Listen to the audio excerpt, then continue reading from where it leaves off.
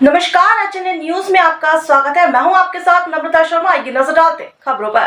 राजधानी स्थित संचालय कृषि अभियांत्रिकी विभाग में डायरेक्टर राजीव चौधरी सेवानिवृत्त हुए।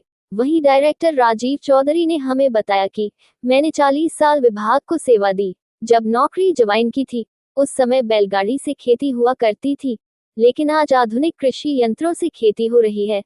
खेती का स्तर भी बढ़ा है। मेरे मध्य प्रदेश के जो किसान हैं उन्होंने काफी तरक्की की है।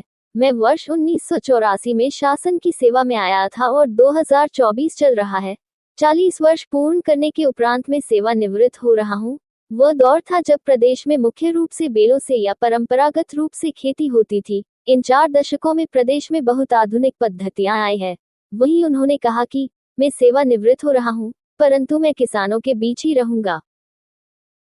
मैंने लगभग 40 वर्ष की सेवा मध्य प्रदेश शासन में दी है। मैं जिस समय आया था यहाँ पर प्रदेश में, तो कृषि का दौर कुछ और था।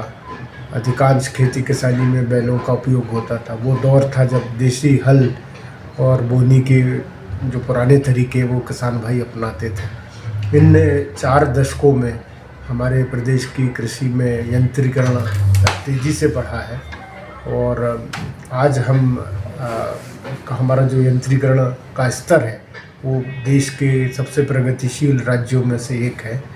हमारे किसान भाई भी आधुनिक दौर में प्रवेश कर चुके हैं। मध्य प्रदेश में आप जानते हैं कि 2 से 3 फसलें किसान भाइयों द्वारा ली जा रही हैं।